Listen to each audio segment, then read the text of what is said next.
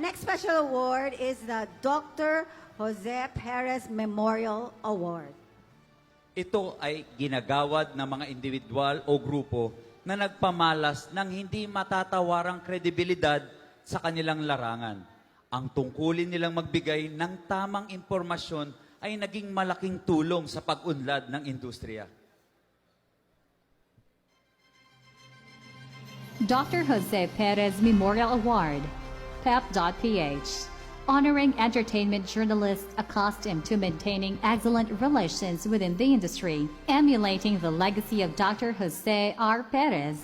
This go-to source for credible and timely showbiz news is considered as a living record of the Philippine showbiz and archives of relevant reporting for its commitment to deliver impactful entertainment journalism to media platforms, making it more accessible to the masses. It is for both journalistic excellence and camaraderie that reputed warm ties with media and industry peers that transcended its transparency and trusted bond between artists and the public. PEP.PH segments has been the home of real-time celebrity updates and exclusive scoops and considered as the #1 digital entertainment site in the Philippines.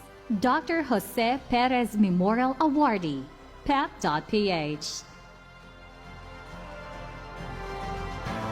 Congratulations, Pep.PH. I love Pep.PH. They're really, diba, Sam? Grabing Pep.PH. They really are the strongest in the entertainment news. Yes, I agree. I was telling you a while ago na when they wrote about me before, they dubbed me as, gave me a name and it's stuck. Yeah, it's Galing. stuck sa mga media. Congratulations, Congratulations. Pep.PH. Okay, our next award is called the Herman Moreno Youth Achievement Award. Oh, On in behalf of PEP, okay. In behalf of PEP, may we present the award to our representative of PEP.PH before we honor the next awardee.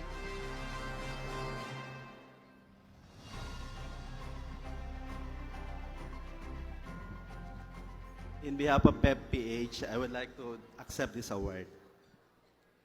Thank you.